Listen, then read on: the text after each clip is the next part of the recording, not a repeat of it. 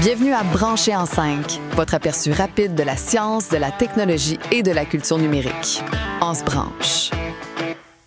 Voici l'essentiel sur les toutes nouvelles annonces printanières d'Apple.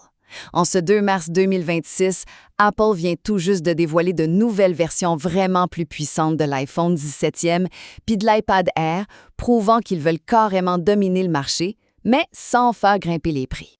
Premièrement, parlons du rapport qualité-prix de l'iPhone 17e, parce que c'est faux. On garde le prix de départ de 599 US, mais on double le stockage de base à 256 Go. Il est propulsé par la nouvelle puce A19, qui est juste parfaite pour faire rouler l'intelligence artificielle, puis il intègre enfin la recharge magnétique MagSafe, une vraie première pour cette gamme-là. Deuxièmement, il faut absolument parler de la caméra puis de la connectivité.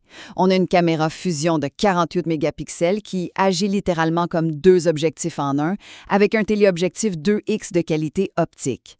Côté réseau, le nouveau modem cellulaire CX conçu par Apple double votre vitesse tout en sauvant de la batterie, avec en prime l'ajout de la sécurité par satellite pour vos urgences hors réseau.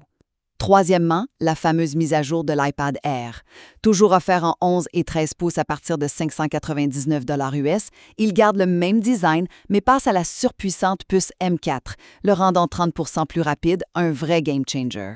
D'ailleurs, petit rappel, ces deux appareils-là seront en précommande le 4 mars pour une sortie en magasin le 11 mars. En bout de ligne, Apple prouve qu'il est possible de booster massivement la puissance et l'espace de stockage de ses appareils d'entrée de gamme sans toucher à la facture de ses utilisateurs. C'était Branché en 5, court, clair et droit au but. Pour écouter les épisodes précédents, retrouvez Branché en 5 sur Spotify. Branché en 5, on reste branché.